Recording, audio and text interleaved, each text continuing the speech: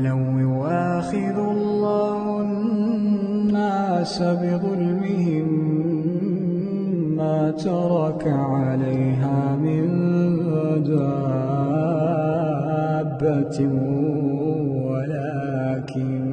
ولكن يؤخرهم إلى أجل مسمى فإذا جاء أجلهم لا يستأخرون ساعة